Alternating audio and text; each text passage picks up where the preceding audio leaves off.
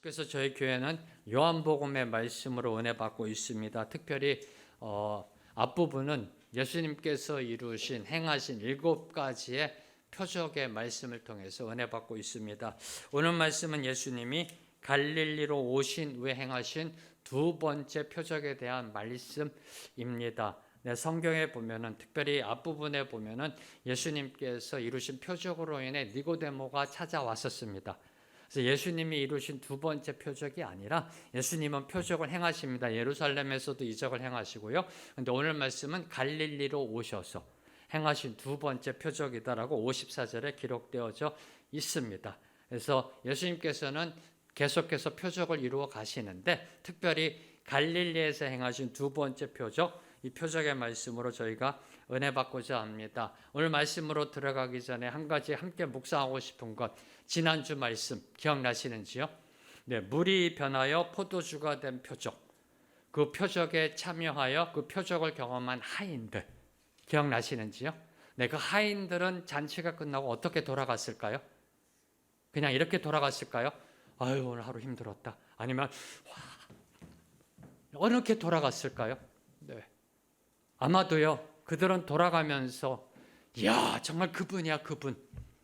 하나님의 아들이야, 메시아이셔. 안 그러면 어떻게 물이 변할 포도주가 돼? 우리가 봤잖아. 우리가 물을 떴잖아. 근데 연회장에 갖고 포도주가 돼서 이걸 어떻게 설명을 해? 하나님 아니시고는 이게 불가능한 거야. 우리는 하나님을 만난 거야. 이렇게 돌아가지 않았을까요? 집에 가서도 가만히 있었을까요? 내가 봤어. 오늘 그분을 만났어. 누군가는 이들의 간증을 들었을 거예요. 그 간증을 들은 누군가는 또 예수님을 향한 믿음으로 나아갔을 거고요. 그 믿음은 또 다른 믿음으로 인도했을 거고 지난 2000년 동안 그 믿음이 이어져서 계속해서 내려와서 오늘 이 황제 명의가 예수 믿어 이 자리에 서 있는지 누가 알는지요. 저 늘 이 부분을 묵상하면서 영적 전율을 느낍니다. 이 가나 혼인잔치에 참여했던 하인들 중에 무명의 이름도 모르는 그 사람의 그 믿음을 통해서 그 자취를 따라가다 보면 저희 할아버지가 구원받고 저희 온 가족이 구원받고 제가 이 자리에 서 있는 이 은혜로 나와온지 어떻게 아실는지요? 어떻게 아실는지요?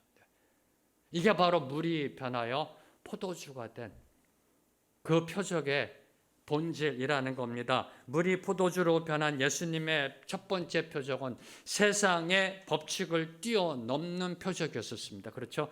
세상의 자연 법칙을 뛰어넘는 그러한 표적으로서 예수님께서 이제 앞으로 모든 것을 새롭게 만들어 가실 것을 선포한 겁니다. 제일 먼저 이루신 표적의 그 표적이 가리키고 있는 것은 새 시대가 온다라는 겁니다. 만물이 새롭게 된다라는 겁니다. 옛것은 사라지고 새 것으로 나아간다라는 겁니다. 한마디로 새 시대의 창조를 이루어 가실 것을 먼저 선포하신 겁니다. 새 하늘과 새 땅을 향해 이제 앞으로 나아가실 것을 보여준 것이 바로 물이 포도주로 변한 표적입니다. 예수 그리스도께서 이루시는 그 새 시대의 창조, 새 창조의 핵심은 바로 죄로 말미암아 이 땅에 들어온 모든 악을 제거하시는 겁니다.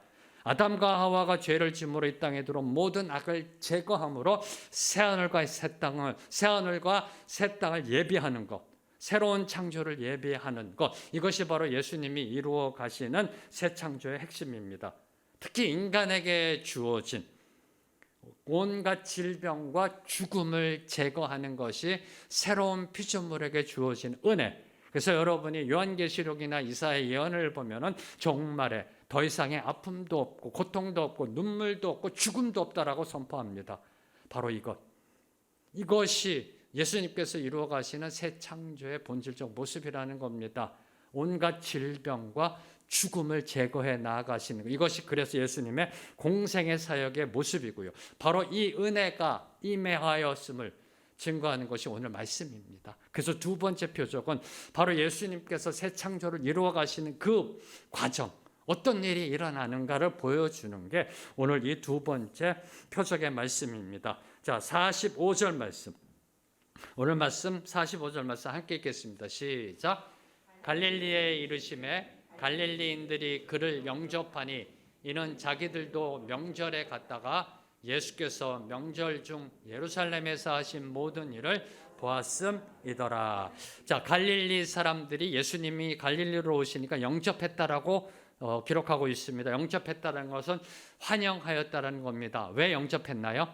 그들이 명절에, 유월절에 예수님이 예루살렘에서 하신 모든 일을 보았기 때문에, 그들이 직접 목격했기 때문에 그들이 예수님을 영접했다라고 합니다. 갈릴리 사람들은 예수님이 예루살렘에서 행하신 모든 일, 성전 정화 사건뿐만 아니라 모든 이적과 기적을 직접 눈으로 보았기 때문에 예수님을 열렬히 환영하였던 겁니다.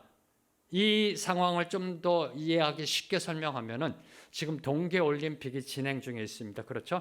이 올림픽 경기에서 메달을 딴 선수가 이제 돌아오게 되면, 그 귀향하게 되면 어떤 일이 일어나나요? 고향 사람들이 플랜카드를 만들어 놓잖아요. 그리고 장구치고 북치고 그냥 환영하잖아요.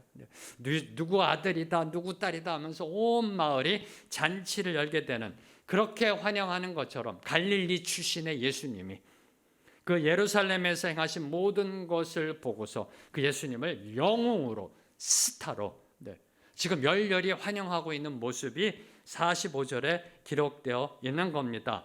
오늘날도 사람들이 예수님을 맞이하는 자세는 크게 두 갈래라는 겁니다. 과거나 오늘이나 동일하게 예수님을 맞이하는 자세는 두 갈래입니다. 예수님을 배척하거나 예수님을 받아들이거나, 무시하거나 환영하거나, 두 갈래입니다. 배척하거나 환영하거나. 그리고 환영하는 데에도 두 개의 경향이 있습니다. 두 가지의 경향이 있습니다. 하나는 예수님을 귀한 손님 또는 스타로 환영하며 박수치는 것. 4대 성인 중에 한 분이다. 위대한 성인이다. 그러면서 그분을 귀하게 손님으로, 스타로, 영웅으로 환영하며 박수치는 것. 그리고 또 하나는 예수님을 자기 자신의 인생의 주인으로 모셔드리는 것. 환영함에도, 영접함에도 두 가지의 경향이 있다는 겁니다.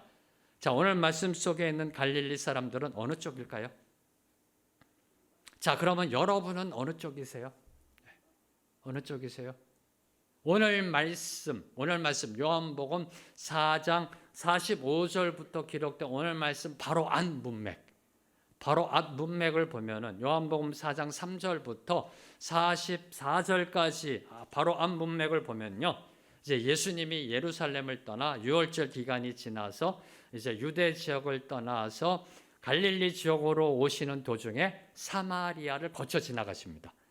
수가성이라고 알려진 그 지역을 거쳐 가시게 됩니다. 그곳에서 한낮에, 대낮에 우물물을 길러 나온 여인을 만나십니다. 5명의 남편이 있었다라고 대답하는 그 여인을 만나 그 여인에게 복음을 전하셨습니다. 아마 여러분이 한 번 정도는 들어보셨을, 그렇죠? 이 부분에 대해서 혹시 잘 모르시는 분은 나중에 가셔서 요한복음 4장 앞부분을 읽어봐 주시고요. 그 여인에게 복음을 선포합니다. 그리고 온 동네에 복음을 선포하셨습니다. 그 결과 어떤 일이 일어났는가? 요한복음 4장 41절과 42절 말씀, 두 구절 말씀 함께 읽겠습니다. 시작. 예수의 말씀으로 말미암아 믿는 자가 더욱 많아 그 여자에게 말하되, 이제 우리가 믿는 것은 내 말로 인함이 아니니 이는 우리가 친히 듣고 그가 참으로 세상의 구주신 줄 알미라 하였더라. 예수님이 이 사마리아 수가성에서 복음을 전하실 때요, 앉은 자를 일으키시고요, 눈먼 자를 눈뜨게 하고 죽은 자를 살리신 기적을 행하지 않으셨다는 겁니다. 그 어떤 이적도 일으키시지 않으셨습니다. 그런데 사마리아 사람들은 예수님을 구주로, 메시아로 받아들이고 믿었다라고 기록하고 있습니다. 어떻게 해요? 예수의 말씀으로 말미암아 믿는 자가 더욱 많아. 그리고 그들이 간증합니다. 우리가 친히 듣고 그가 참으로 세상의 구주신 줄 알미라 하였더라. 이게 정답의 인생의 모습입니다. 바로 오늘 말씀 표적 앞에 이 수가성에서 일어났던 일을 보여주고 있는 것은 바로 이 오늘의 표적의 말씀도 이 정답으로 나아가게 되는 그 과정을 보여주고 있는 겁니다. 뭘 통해서요? 표적을 통해서. 표적을 통해서 어디로 나아가요? 예수의 말씀으로 믿음으로 나아가는 인생. 바로 이것이 오늘 저희들의 말씀을 통해서 보여주는 겁니다. 이러한 사마리아 사람들의 그 신앙의 간증의 모습과는 달리 갈릴리 사람들, 갈릴리 유대인들은 철저하게 표적을 근거로 예루살렘에서 예수님이 행하신 모든 일을 근거로, 그 표적을 근거로 예수님을 환영하였다라고 이야기하고 있는 겁니다. 출발점이 뭐예요? 오늘 표적의 말씀이 시작된 그 출발점이 뭡니까? 당시 갈릴리 사람들은 어떤 신앙을 갖고 있었다? 조건적이며 현세적인 인본주의 신앙인이었다라는 겁니다.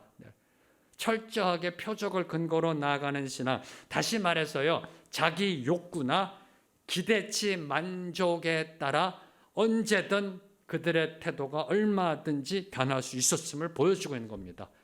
내가 생각할 때 예수님은 이 정도야, 이 수준 위로 올라갈 때 예수님을 따라다니면서 예수님이 최고야라고 하지만, 내가 생각하는 수준보다 예수님이 내려가면 내가 잘못 봤나? 등을 돌려버리게 되는 그러한 신앙인의 모습, 그 모습으로 오늘 표적의 말씀은 시작되고 있는 겁니다. 그런데 저와 여러분이 기억해야 될 것, 이러한 그들을 예수님이 열외시키거나 포기하지 않으셨다는 겁니다.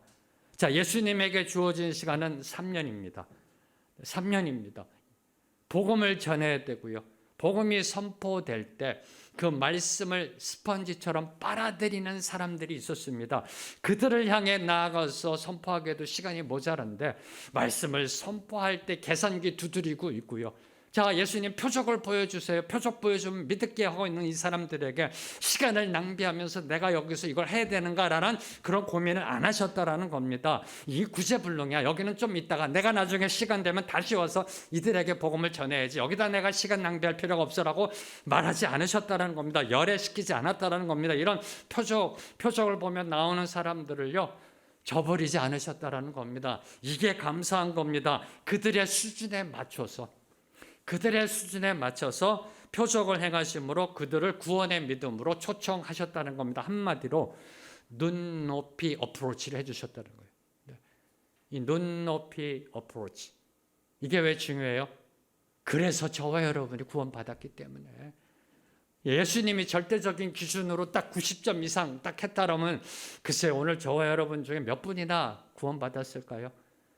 각자의 처해진 그 상황에 맞게 예수 그리스도께서 눈높이 어프로치로 와주셨기 때문에, 그래서 구원받아 저와 여러분이 오늘 이곳에 있게 된 겁니다. 바로 그 눈높이 어프로치에서 시작돼서 말씀으로 믿음으로 나아가는 그 모습이 오늘 말씀 속에 기록되어 있는 겁니다. 46절 말씀 함께 읽겠습니다. 시작. 예수께서 다시 갈릴리 가나에 이르시니 전에 물로 포도주를 만드신 곳이라. 왕의 신하가 있어 그의 아들이 가버나움에서 병들었더니. 자, 예수께서 다시 갈릴리 가나로 나아가셨습니다. 근데 그 가나를 소개할 때 어떻게 소개하고 있나요? 전에 물로 포도주를 만드신 곳이다라고 설명하고 있습니다. 왜요? 이렇게 설명하고 있을까요? 앞서 행해졌던 물이 변하여 포도주가 된 그 사건, 그런 초자연적인 이적과 마찬가지로 예수님이 하나님의 아들 메시아이심을, 예수님이 그냥 보통 인간이 아니라 하늘이 보내신 분, 하나님의 아들 메시아이심을 보여주는 또 다른 놀라운 표적이 일어날 것을 암시하고 있는 겁니다. 어디에서? 가나에서. 바로 이것을 암시하는 것이 이 46절의 앞부분입니다. 예수께서 다시 갈릴리 가나에 이르시니 전에 물로 포도주를 만드신 곳이라. 예수님이 왜 가나를 다시 방문하셨는지 그 이유는 모릅니다. 성경에 기록되어 있지 않습니다. 그런데 한 가지 확실한 것, 가나에 있는 사람들은 예수가 누구인지 다 알고 있다는 겁니다. 소문이 쫙 퍼졌을 겁니다. 그렇죠? 물이 변해서 포도주가 됐는데 아마 소문이 쫙 퍼졌을 겁니다. 그 예수가 다시 왔대. 우리 동네 왔대. 아마 온 동네가 난리가 났을 겁니다. 사람들이 몰려들었을 겁니다. 그렇죠? 그 몰려든 무리 중에 저 가버나움에서 온 한 사람이 있었다라고 오늘 성경 말씀을 기록하고 있습니다. 예수님이 지금 가나에 계시는데 저 가버나움에서 온 왕의 신하 한 사람이 있었다라고 오늘 말씀을 선포하고 있습니다. 왕의 신하라는 것은 당시 갈릴리 지역을 다스리고 있었던 분봉왕, 네, 당시 이스라엘은 나누어서 통치가 됐습니다. 로마 제국의 속국이었어서요. 예루살렘을 중심으로는 로마 총독이 직접 다스리고 있었고 그 윗지역인 갈릴리 지역은 분봉왕이라고 했습니다. 헤롯 안티파스. 네, 헤롯 대왕의 손자 헤롯 안티파스가 다스리고 있었는데 그 헤롯 안티파스가 임명한 오늘날로 말하면 도지사나 시장급 그 직위로 지금 와 있는 사람 왕의 신하 그 신하가 가버나움에서 가나로 지금 와 있음을 이야기하고 있는 겁니다. 가버나움의 고관으로 행정가로 행정수장으로 수반으로 있었던 그 사람 근데 그의 아들이 병들어 있었다라고 기록하고 있습니다. 가버나움에 있는 그 아들이 병들었더니 이건 단순하게 그냥 아팠다라는 게 아닙니다. 병들었다라는 이 원어적인 의미는요 오랫동안 위중증 상태에 있었음을 이야기하고 있는 겁니다. 쉽게 말하면 계속해서 중환자실에 누워있는 상태 계속해서 중환자실에 누워있는 그 상태 그래서 오늘 말씀을 보면은 왕의 신하가 그러잖아요. 우리 아들이 거의 죽게 되었다고 이 중환자실에 누워있는 그 상태를 이야기하는 것이 병들었다라는 겁니다. 자, 여러분의 아들이 딸이 자녀가 만약에 이런 상태라면 여러분 어떻게 하셨겠습니까? 여러분의 자녀가 거의 죽게 돼서 맨날 그 중환자실에 계속 있었다라고 생각하면 여러분 어떻게 하셨겠습니까? 10중 8구 아마도 이 왕의 신하는요 자신의 신분 도지사입니다. 시장입니다. 그렇죠? 왕의 신하의 고관이에요. 가버나움을 다스리는 사람이에요. 왕의 신하의 그 신분과 재산 그리고 영향력을 총동원하여 아들을 고쳐보려고 노력했을 겁니다. 그렇죠? 그게 부모의 마음이잖아요.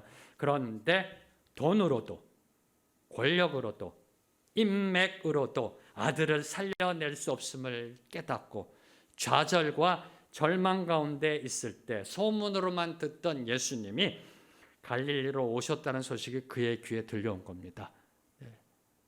아니요. 그전에도 예수라는 소리는 들었습니다.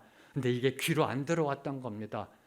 돈이 있었기 때문에 권력이 있었기 때문에 인맥이 있었기 때문에 어떻게든 이 아들을 고쳐보려고 그런데 모든 것 다 해봤는데 안 되는 거예요.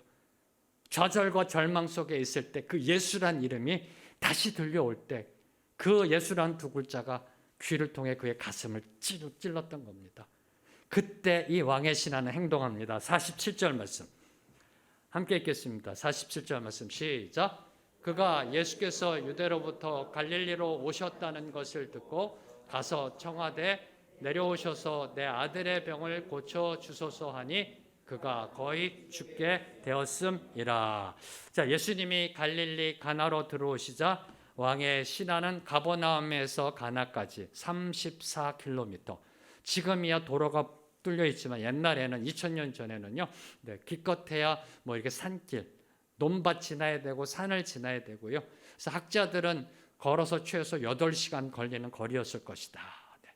34km 떨어진 가버나움에서 가나까지 8시간의 길을 한숨에 달려 나아갔을 겁니다. 예수님 앞으로 나아갔습니다. 자, 이는 죽어가는 아들을 향한 그의 절박하고도 다급한 심정을 보여주고 있는 겁니다. 가버나움에서 가나로 나아갔다는 것은 그 절박감으로 아마 달려 나아갔을 겁니다. 그리고 이 모습 속에 저와 여러분이 놓치지 말아야 될 것, 이 영적 메시지. 인간의 절망이 하나님을 찾는 결정적인 계기가 된다라는 사실을 보여주고 있는 것이 바로 이 오늘 왕의 신하의 모습입니다. 다시 선포합니다. 인간의 절망이 인간이 뭔가를 할 수 없다라는 그 절망감, 그런 절망감 느껴보셨는지요? 내가 갖고 있는 거 뭐 어떻게 할 수가 없는 그 절망감, 그 절망감이 하나님을 찾는 결정적인 계기가 된다. 다시 말하면 절망의 역설입니다. 무슨 뜻이냐고요? 인간은요 절망의 끝에 가야 하나님의 소망을 보게 된다는 겁니다.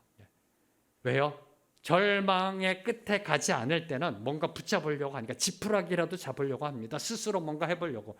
그러다가 안 되고 마지막 절망의 끝자리에 갔을 때 그때서야 비로소 하나님의 소망을 보게 된다는 겁니다. 하나님의 소망은 벌써부터 이미 선포되어 있는 겁니다. 저와 여러분을 향해 하나님은 늘 항상 동행하시고요. 소망을 선포하셨는데 이게 안 보였다는 겁니다. 왜요? 돈이 있었으니까, 권력이 있었으니까, 인맥이 있었으니까. 이걸 다 해보고 안 되니까 그때서야 하나님의 소망이 보이게 된 겁니다. 그래서 달려나간 겁니다.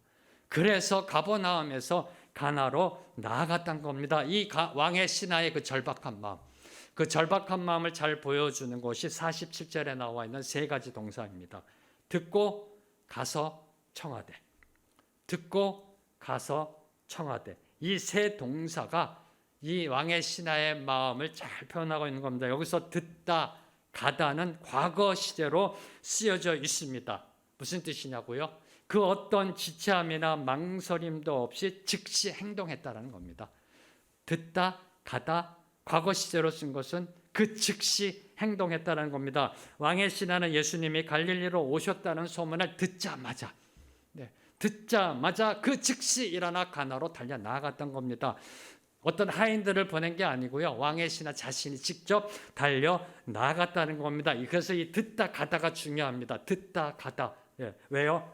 이는 참된 들음은 반드시 행동으로 이어지게 된다는 사실입니다. 행동으로 이어지는 들음이 진짜 들음이라는 겁니다. 듣다 가다, 들어서 갔다라는 겁니다. 참된 들음으로 시작됐음을 보여주고 있는 겁니다.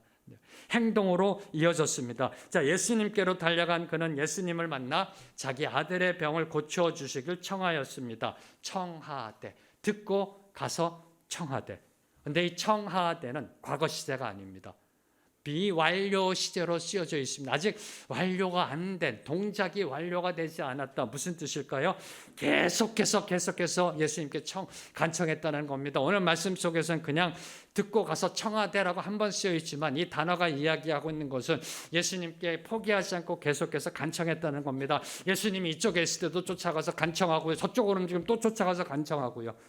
한두 번 새벽 기도 나와서 기도하다가 안 되나 봐. 하나님이 안 들어주시나? 아직 때가 안 됐나? 그러면 또 한번 내 인맥을 찾아보지가 아니라는 겁니다. 돈으로도 권력으로도 인맥으로도 다 해봤는데 안 되니까 오직 주님만 붙잡아야 되니까 끝까지 인내하며 안 놓고 있는 겁니다. 죽자 사자 새벽 기도 금식 기도 매달리고 있는 겁니다. 주님 앞에 나와. 왜요?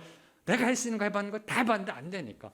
그래서 절망의 끝에서 하나님의 소망을 보게 되는 거. 이게 청하되란 단어 속에 들어가 있는 겁니다. 안 놓습니다. 예수님 붙잡고 안 놓습니다. 주님 우리 아들 살려주세요. 그렇잖아요. 만약에 여러분이 부모라도 그죠? 주님 살려주세요. 주님 아니면 우리 아들 살아날 수 없습니다. 마지막 희망입니다. 살려주세요라고 계속해서 예수님이 이리로 가도 쫓아가고 저쪽 가도 쫓아다가고 그 모습이 이 청하되라고 들어가 있는 겁니다. 언제까지 간청했나요? 언제까지? 예수님이 응답하실 때까지. 예수님이 응답하실 때까지 계속해서 무릎 꿇고 간청한 겁니다. 자, 그가 누구예요? 도지사입니다. 시장이에요. 사람들이 이럴 거 아니에요. 저거 도지사 아니야? 야, 어떻게 저렇게 저 목수 아들 예수 앞에서 무릎 꿇고 저러네. 지금이야 우리들이 예수님을 메시아로 인정하지만 그때는 목수의 아들이고요.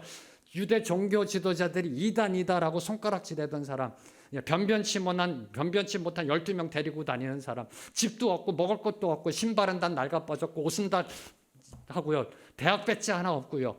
이런 사람 앞에 지금 도지사가 무릎 꿇고 있는 거예요. 사람들이 쑥덕거릴 수도 있잖아요. 근데 이 왕의 신하에게는 고관으로서의 품이나 어떤 체면 다 필요 없습니다. 왜요? 아들을 살려내야 되니까. 다 해봤는데 안 되니까 오직 마지막 희망은 예수님이니까 아들을 살리는 일이 그에게는 중요했고 급선무였던 겁니다. 아들을 살리기 위해서는 아마도 목숨이라도 내놓을 수 있는 그 각오로 지금 예수님께 매달리고 있는 겁니다. 자, 그럼 어떻게 간청하고 있나요? 47절에 보면은 내려오셔서 내 아들의 병을 고쳐주소서. 주님만이 우리 아들 살려주실 수 있습니다. 저하고 함께 가셔서 우리 아들을 가셔서 머리 위에 안수하여 주세요. 그럼 우리 아들이 나을 겁니다. 이렇게 얘기하는 겁니다. 내려오셔서 우리 아들 위에 안수해서 좀 낫게 해주세요. 이는 자신의 아들이 살아나기 위해선 예수님이 아들이 있는 가버나움으로 반드시 오셔야 한다고 생각했던 겁니다. 그래서 이 왕의 신하는 49절에 다시 한번 간청합니다. 주여 내 아이가 죽기 전에 내려오소서. 죽기 전에 내려오소서. 이렇게 자꾸만 여기서 시간 끌면 안 됩니다. 주님, 이건 나중에 하시고 저랑 같이 빨리 가셔서 우리 아들 죽기 전에 안수기도해서 살려주세요라고 이야기하고 있는 겁니다. 내려오소서, 내려오소서. 죽기 전에 내려오소서. 이 외침이 울려 퍼질 때 이 가버나움에는 또 다른 한 사람이 살고 있었습니다.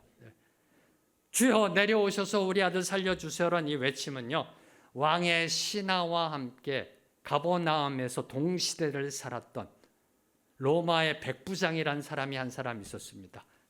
같은 시대를 살았던 사람입니다. 같은 장소에서, 가버나움에서.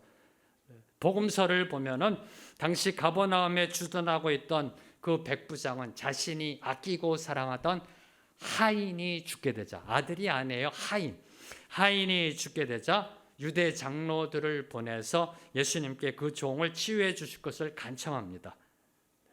근데 이 간청을 들은 예수님이 그 응하시고 그 종을 치유하시기 위해 백부장의 집으로 나아갈 때, 그때 로마 백부장의 놀라운 믿음이 선포됩니다. 누가복음 7장 7절 말씀 함께 읽습니다. 시작. 그러므로 내가 주께 나아가기도 감당하지 못할 줄을 알았나이다. 말씀만 하사 내 하인을 낫게 하소서. 말씀만 하사 내 하인을 낫게 하소서. 무슨 뜻이에요? 주님 직접 오실 필요 없습니다. 주님 너무 바쁘시잖아요. 이곳까지 오지 마세요. 누추한 곳입니다. 안 오셔도 됩니다. 그러나 말씀만 하옵소서. 주님이 말씀 선포하시면 내 하인이 나올 줄로 믿습니다. 라고 지금 로마 백부장이 선포하고 있는 겁니다. 바로 이것이 암문맥에서 보여줬던 사마리아 수가성 사람들이 선포했던 예수의 말씀으로 말미암아 우리가 친히 듣고 그가 구주인 줄 알미라 믿었더라. 바로 이 정답의 삶, 바로 이 정답의 삶을 보여주고 있는 겁니다. 이에 반해 왕의 신하는 어떤가요? 예수님이 직접 오셔서 이 기적을 일으키실 줄로 믿었던 겁니다. 예수님이 오셔야 안수기도 해야 자신이 죽어가던 아들이 살아날 줄로 믿었던 겁니다. 바로 이 두 가지의 믿음의 모습, 믿는 자들의 그 신앙의 모습이 가버나움의 동시대에 나타나고 있었던 겁니다. 바로 이 두 가지의 믿음의 모습은 오늘날 이 교회에서도 동일하게 나타나고 있고요. 어떨 때는 저와 여러분의 삶 속에서 이 두 가지의 모습이 나타난다는 겁니다. 어떨 때는 로마 백부장의 믿음으로 나아갈 때도 있고요. 어떨 때는 왕의 신하처럼 주님 앞에 매달릴 때도 있다라는 겁니다. 이 두 가지의 믿음의 모습. 그래서 이 왕의 신하의 믿음이 이제 로마 백부장의 믿음으로 나아가는 것, 왕의 신하의 모습이 사마리아 사람들의 믿음으로 나아가는 그 과정 속에 표적이 있는 거고요. 그 표적을 통해서 이제 왕의 신하도 정답의 길을 가게 될 것을 보여주는 게 오늘 말씀입니다. 자, 예수님은 이방인인 로마 백부장, 그 백부장의 믿음을 보고서는 이렇게 칭찬하셨습니다. 이스라엘 중에서도 이렇게 큰 믿음을 본 적이 없다. 아브라함의 후손들, 유대인들 중에 이렇게 큰 믿음을 가진 자를 본 적이 없다라고 칭찬하셨습니다. 그러나 유대인인 왕의 신하에게는 다음과 같이 말씀하셨습니다. 48절 말씀 함께 읽습니다. 시작. 예수께서 이르시되 너희는 표적과 기사를 보지 못하면 도무지 믿지 아니하리라.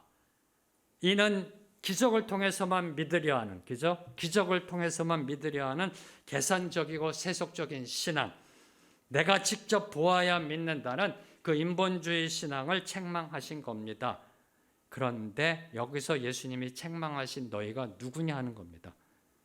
여기서 예수님이 책망하신 너희는 표적과 기사를 보지 못하면 도무지 믿지 아니한다. 너희가 누구냐 하는 겁니다. 왕의 신하를 향해 선포합니다. 그런데 너희는 복수형으로 쓰여지고 있습니다. 단수가 아니라 너는이 아니라 너희는. 이 복수 너희는 누구를 예수님께서 말씀하고 계시는 것일까요? 지금 예수님을 찾아와 도움을 요청하는 왕의 신하를 포함하여 당시 대부분의 유대인들, 그리고 오늘날 주님을 믿고 교회를 다니는 신앙인들의 대부분의 삶 속에서 나타나는 한 가지 공통점이 있습니다. 그것은 바로 표적주의 신앙. 표적주의 신앙입니다. 공통점입니다. 무슨 뜻이냐고요? 이스라엘 백성이 하나님을 섬긴 이유.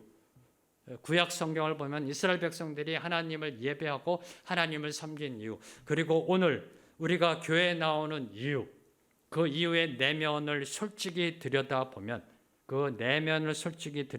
나 잘되고 내 가정 축복받고 내 자녀 축복받는 기복주의적이고 현세적인 동기가 깔려 있다는 겁니다. 한번 여러분이 여러분의 믿음을 보고 솔직하게 한번 답해 보시기 바랍니다. 예수 믿는데 그 내면의 동기 속에는 뭔가 다 잘 됐으면 좋겠다. 주님의 축복받았으면 좋겠다. 우리 자녀들 다 성공하고 출세했으면 좋겠다라는 그런 동기가 깔려 있다는 겁니다. 좀 더 쉽게 설명드리면 예수 잘 믿으면, 열심히 믿으면, 월요일부터 일요일까지 모두 다 주일이라 생각하고 열심히 교회를 섬기면 내가 병에 걸려도 치유가 일어날 것이라고 믿고. 왜요? 열심히 섬겼으니까. 예수님 한 분만으로 올인했으니까. 경제적인 어려움이 생겨도요, 대박이 터질 거고, 하나님이 궁죽통 어딘가에 길을 열어놓으셔서 갑자기 물질적 대박이 터질 거고, 그리고 자녀들은 성공하고 출세할 것으로 생각하는 신앙. 바로 이러한 신앙, 기적 같은 일들이 일어나야 하나님이 살아계신다라고 믿는 이 신앙을 향한 주님의 책망이라는 겁니다. 이 표적주의 신앙이 예나 지금이나 우리의 마음속의 동기에 깔려 있다는 겁니다. 이 표적주의 신앙으로 나온 왕의 신하에게 예수님은 그 어떤 기적이나 기사를 행하지 않으셨습니다. 단지 말씀만을 선포하십니다. 말씀만 선포하십니다. 50절 말씀 함께 읽습니다. 시작. 예수께서 이르시되 가라, 내 아들이 살아있다 하시니 그 사람이 예수께서 하신 말씀을 믿고 가더니. 주님, 우리 아들 다 죽게 됐습니다. 오셔서 우리 아들 살려주세요. 오셔서 우리 아들 머리 위에 손 올려서 안수해 주세요. 그럼 우리 아들이 살아날 겁니다. 주님 빨리 내려오세요. 죽기 전에 내려오세요. 이 간청에 대해 예수님이 선포하십니다. 가라, 내 아들이 살아있다. 가라, 내 아들이 살아있다. 살아있다, 살게 될 것이다가 아니라 살아났다라는 겁니다. 살아났다. 자, 이는 예수님이 말씀하신 그 시점에 아이가 온전히 치유되었음을 암시하는 겁니다. 예수님이 선포하신 그 순간에 이미 아이는 온전히 치유되었음을 암시하는 겁니다. 이것이 은혜요, 감사합니다. 이것이 은혜고 이것이 감사합니다. 왜요? 아이가 살아나서? 아이가 살아나서요? 아니요. 아직 우리가 믿음이 없어도요, 믿음이 부족해도요, 믿음이 연약해도요, 표적을 쫓아가도요, 그런 가운데서 주님 앞에 나 엎드리는 그 간청함의 중심을 보시고 주님이 그 간청을 들어주시는, 이게 은혜라는 겁니다. 우리 있는 모습 그대로 나아갈 때 주님은 우리를 내버리지 않으시는 겁니다. 네가 감히 여기가 어디라고 나 좀 더 신앙으로 좀 더 이렇게 성숙된 다음에 와라고 말씀하지 않으신다는 겁니다. 부족하면 부족한 대로, 표적만을 바라는 그 신앙이면 그 신앙인 대로 솔직하게 나올 때, 진솔하게 나올 때, 사람이 절망 끝자락에 쓰지 않으면요 솔직해지지가 않습니다. 사람은 포장해요. 그럴듯하게 꾸밉니다. 이걸 다 걷어내고 있는 그대로, 모습 그대로 주님 앞에 나 엎드릴 때 주님은 우리를 안아주시는, 이게 은혜고 감사라는 겁니다. 표적을 바랍니다. 주님이 오셔야 우리 아이가 살아날 수 있다고 믿습니다. 아직까지 믿음이 부족합니다. 아직까지 믿음이 연약합니다. 초보적입니다. 그런 왕의 신하를, 그 간청함의 중심, 진솔한 중심, 그 중심을 보시고 그 간청을 들어주셨다. 이게 바로 은혜라는 겁니다. 우리가 있는 모습 그대로 나아갈 때 주님은 우리를 생명의 길로, 정답의 길로 인도하신다는 겁니다. 이게 은혜라는 겁니다. 근데 여기서 저와 여러분이 특별히 주목해야 될 것, 내 아들이 살아있다. 주님 와서 살려주세요. 내려오셔서 저랑 같이 가셔서 우리 아들 살려주세요. 내 아들이 살아있다 란 이런 주님의 말씀, 예수님의 말씀을 들은 왕의 신하의 반응, 이걸 주목해야 됩니다. 왕의 신하의 반응은 어떤가요? 예수께서 하신 말씀을 믿고 가더니. 자, 죽어가는 아들을 살리기 위해서 34km를 달려왔습니다.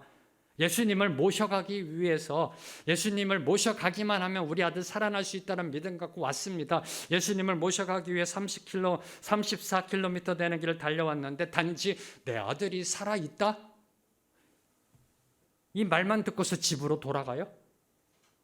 여러분 어떻게 이게 이해가 되세요? 여러분 같으면 그렇게 할 수 있으세요? 내 아들이 살아있다? 네. 아니 이 왕의 신하는 처음부터 예수님을 믿는 그런 신자가 아니에요. 네.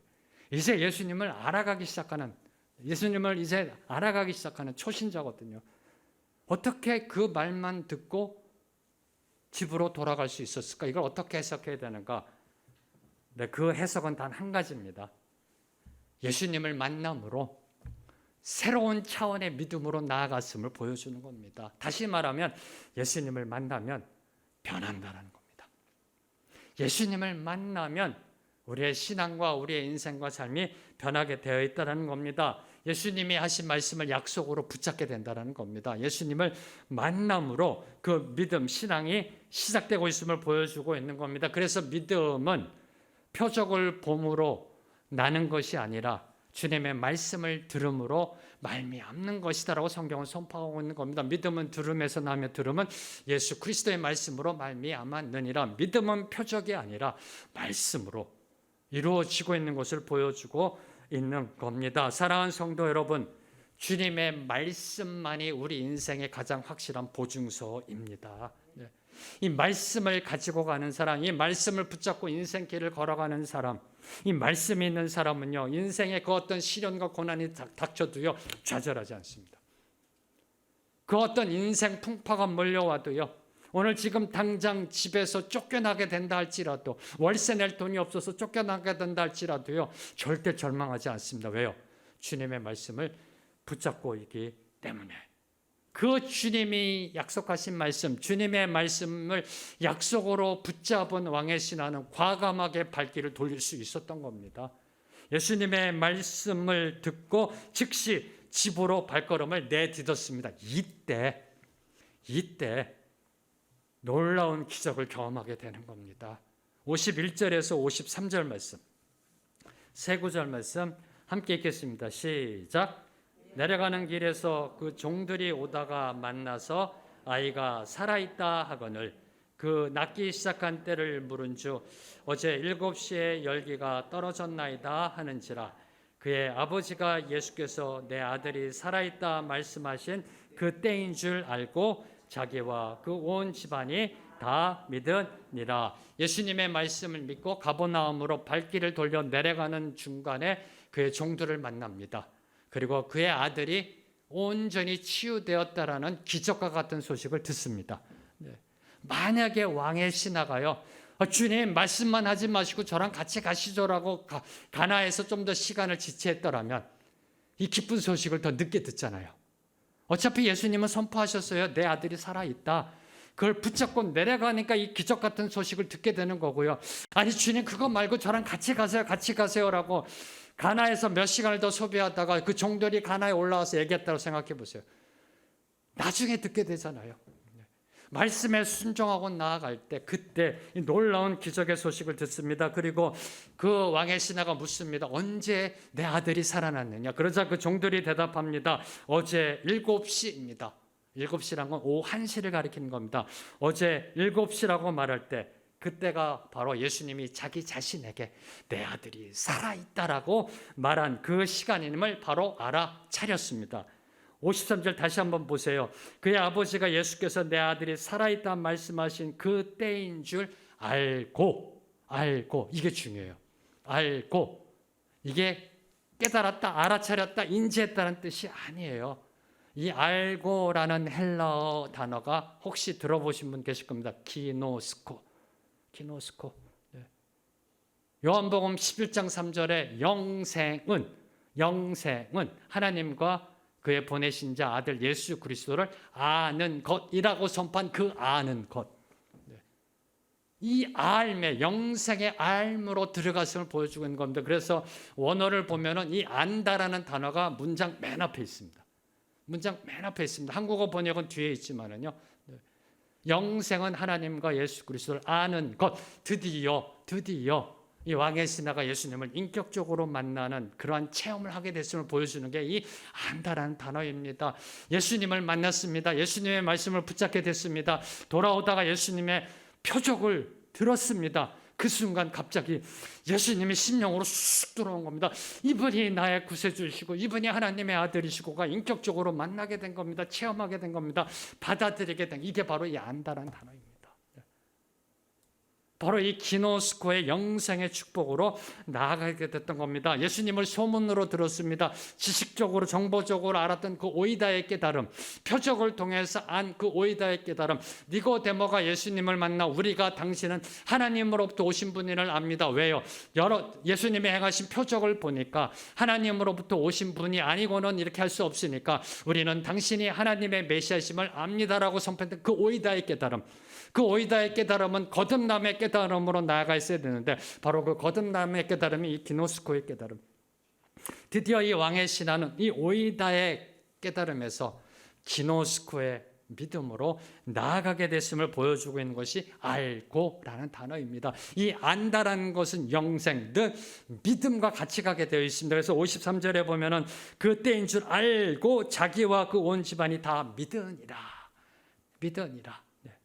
자, 그러면 왕의 신하가 영생의 믿음으로 나아간 것을 어떻게 확신할 수 있을까요? 어떻게 확신할 수 있을까요? 자, 예수님을 인격적으로 만난, 체험적으로 만난 기노스코의 믿음을 가진 자는 가만히 있을 수가 없습니다. 가만히 있을 수가 없습니다. 복음을 전하지 않고서는요, 대견할 수가 없어요. 왜? 정답을 보았기 때문에. 물이 포도주로 변한 것을 체험한 그 혼인잔치의 하인들은 어땠을까요? 가만히 입 다물고 이렇게 갔을까요? 아니요. 온 동네 떠다니면서요. 왜요? 봤으니까. 정답을 봤으니까 가만히 있을 수가 없는 거예요. 이야기할 수밖에 없어요. 전할 수밖에 없어요. 예수를 전할 수밖에 없는 겁니다.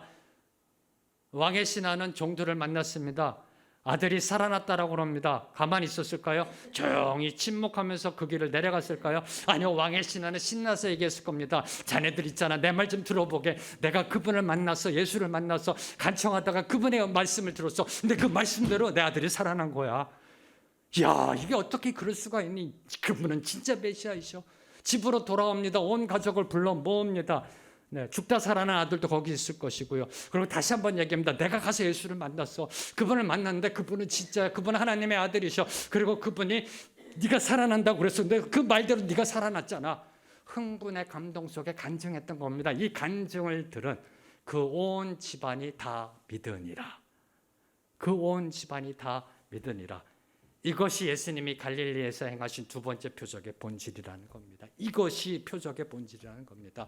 단지 왕의 신하 아들이 다시 살아난 것이 아니라 그 표적을 통해 온 가족이 예수님이 하나님의 아들 그리스도이심을 믿고 그 이름을 힘입어 영원한 생명을 얻은 것, 이것이 예수님이 행하신 표적의 본질이라는 겁니다. 사랑하는 성도 여러분, 이제 오늘 말씀을 정리하며 여러분에게 질문을 던집니다. 자, 왕의 신하는요, 34km 되는 가버나움에서 가나까지의 거리를 올라갔다 내려왔습니다. 네, 올라갈 때 길, 내려올 때 길, 다른 길입니다. 네, 올라갈 때 그 마음은, 예수님을 찾아 올라갈 때는 절망과 좌절 속에 그 찢어지는 듯한 심장, 아들이 죽어가는 그 마음을 안고 올라갔을 거고요. 자, 내려올 때는 어떤 마음이었을까요? 내 아들이 살아있다, 치유함을 받게 되는 그 기대와 설렘으로 바삐 발걸음을 옮겼을 것입니다. 왜요? 그는 예수님의 말씀이라는 보증서를 가지고 있었기 때문에. 이 차이입니다. 똑같은 길입니다. 34km 길 똑같습니다. 똑같은 언덕이 있고요. 똑같은 숲길을 지나야 되고 가시밭길을 지나야 되고요. 산길을 지나야 됩니다. 똑같은 길입니다. 올라갈 때와 내려올 때 다른 건 주님의 말씀이 있느냐 없느냐. 내려올 때 그에게는 주님의 말씀이라는 보증서가 있었습니다. 주님의 말씀은 우리의 인생을 책임져 주신다라는 하나님 나라의 약관입니다. 하나님 나라에 절대 변하지 않는 약관입니다. 그 예수님의 말씀을 붙잡고 순종할 때 저와 여러분의 인생 속에 표적이 일어나게 되어 있다라는 겁니다.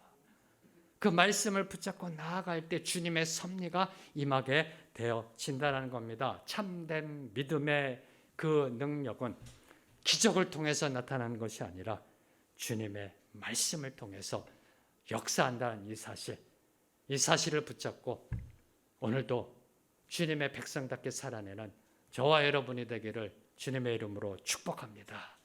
저는 오늘 말씀을 생각하면서요, 이 찬양이 계속해서 되뇌어졌습니다.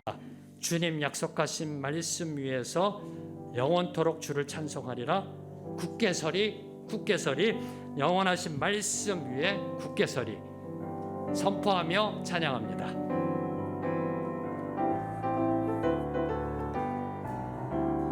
주님 약속하신 말씀 위에서 영원토록 주를 찬송하리. 소리 높여 주께 영광 돌리며 약속 믿고 굳게 서리라. 굳게 서리 영원하신 말씀 위에 굳게 서리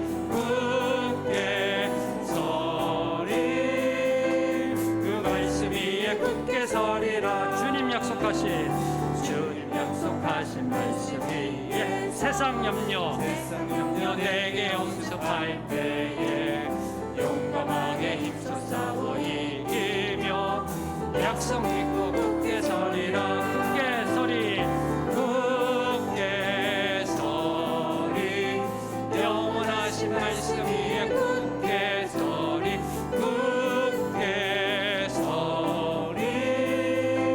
그 말씀 위에 굳게 서리. 2절 다시 한번 찬양합니다. 주님 약속하신 말씀 위에 세상 염려 내게 엄습할 때도 용감하게 힘써 싸워 이기며 약속 믿고 굳게 서리라. 굳게 서리 영원하신 말씀 위에 굳게 서리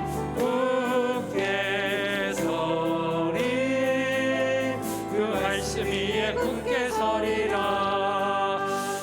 주님의 말씀 위에 굳게 서는 인생으로 나아가게 하여 주시옵소서. 주님, 오늘도 우리에게 말씀하시는 그 말씀을 들을 수 있는 영역이 열어 주시어서 말씀 붙잡고 이 세상에 어떤 시련과 고난을 만난다 할지라도 뚫고 나아가 하나님의 영광, 십자가의 그 영광을 선포하는 우리의 삶 되게 하여 주시옵소서. 주님, 말씀만이 우리의 능력임을 선포합니다. 말씀만이 우리의 인생의 가장 확실한 보증임을 선포하오니 주여 말씀하여 주시옵시고 그 말씀을 듣고 순종하는 믿음 허락하여 주시옵소서. 예수님의 이름으로 기도합니다. 아멘.